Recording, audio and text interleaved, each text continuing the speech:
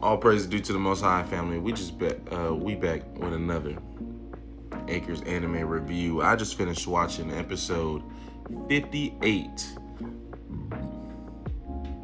of Jujutsu Kaisen. Excuse me, family. Man, and I mean, this was a very enjoyable episode. Now, I did especially like the last one better, but like that's okay. This one was just as good. Now, we was in the middle of Megumi versus Reggie, which that fight, what I like about this fight, much like, not only this fight, much like many of the other fights in Jujutsu Kaisen, is they do such a creative way of trying to demonstrate like different curse techniques and how they interact, right?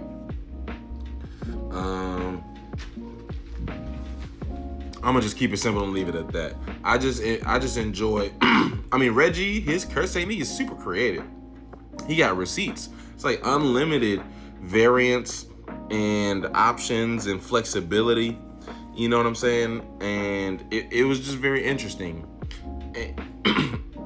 Okay, so we get into it. Now, what I forgot in the heat of the situation, family, was that Reggie is one of these older, more ancient sorcerers, right?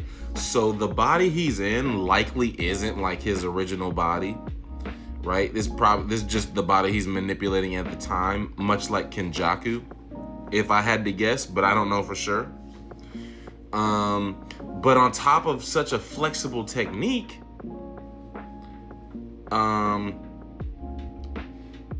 like he has all this experience. Okay, but Megumi is just too talented. Too talented. Honestly, family, this season has me leaning, like, I think Megumi has overtaken Yuji as my favorite character. I think we're in the midst of that. I don't know if that's happened already, but we are in the middle of that happening. So what I want to say about Megumi versus Reggie,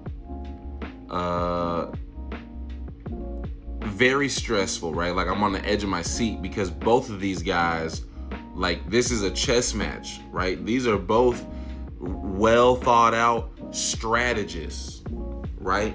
And our life is on, both of our lives are on the line. You know what I'm saying? So this is like the highest stakes of a game that you can, spectate upon. Okay, now they opened up the episode with an explanation, and right, the explanation shortly, family, was, and this is confirmation that Reggie is one of these more ancient sorcerers, right?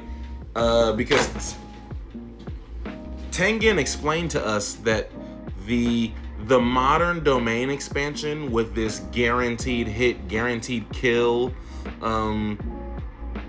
characteristic, this is a new phenomenon. This is a recent change in how we how we define a domain, right? Like nowadays, if you don't have that characteristic, then it's not really a domain. Tengen explained to us a few episodes ago that domains, and I think, anyhow, domains were much simpler, and domains did not require that characteristic to be considered a domain, right? So what happens here, family, in this interaction between Reggie and Megumi is Reggie has the perfect defense for a guaranteed hit kill type of domain. The problem is that is not the type of domain that Megumi has. Megumi has an incomplete domain, right? So like imagine fighting like imagine you're right-handed, which most people are, but not everybody, and you fighting a lefty. That's already weird for you because you're used to other people having a right hand too. But then imagine that lefty also got like a twitch in their left like hook or something like that, right? So now that it's already weird that it's a lefty, and it's hard for you to time. Like that specific individual is giving you trouble, like getting their timing down on top of that, right? That's kind of what's happening with Reggie and Megumi, and Megumi's the twitchy lefty, right? Now, the conclusion though, this is what has Reggie getting hit, and he doesn't really understand why. Now, Reggie, with all of experience, he was able to break down Megumi's technique. And so he discovered, and I think for us, he discovered that Megumi's shadow is basically like his armory, his storage, but the more things he stores, the heavier he himself gets, right? Because it's his shadow. This is why he really only keeps one small weapon around, right? But he has all his Shikigami in there.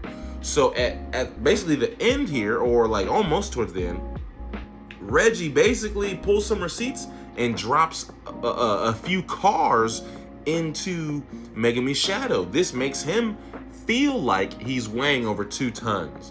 While he's stuck there though, he led Reggie to believe into some false sense of security and then unleash the elephant, right? So at the same time, family, Megumi's being crushed by over 2 tons and Reggie's being crushed by 6 tons, right? At the same time, it's a war of attrition. Now, as Reggie tried to pull a trick, he gets crushed into Megumi's shadow, and it looks like he's in the sunken place. That's exactly what it looks like. Now, he was able to use one of the cars that he had in there previously. He gave it a command to lift him out of the shadow. He gets out of the shadow. Basically, Megumi undoes the domain. Reggie falls into the pool, which soaks all of his receipts. Megumi thinks that this makes his receipts virtually unusable. But Megumi led Reggie to believe that he was out of like cursed. He was tired. He was just as tired as Reggie, and he did not have the wolf available for a final strike. Right? Megumi fooled Reggie in that way, and that was the end of Reggie. Now, what was crazy though is we got all of Reggie's points, and then we got the points from taking Reggie's life. So Megumi has like 50, 60 points right now. And that was basically the end of that though.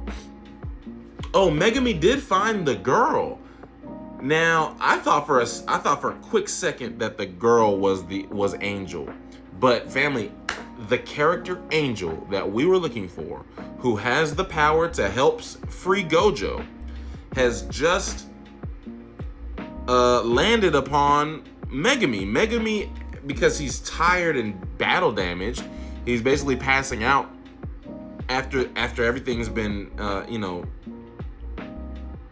after we've gone through everything.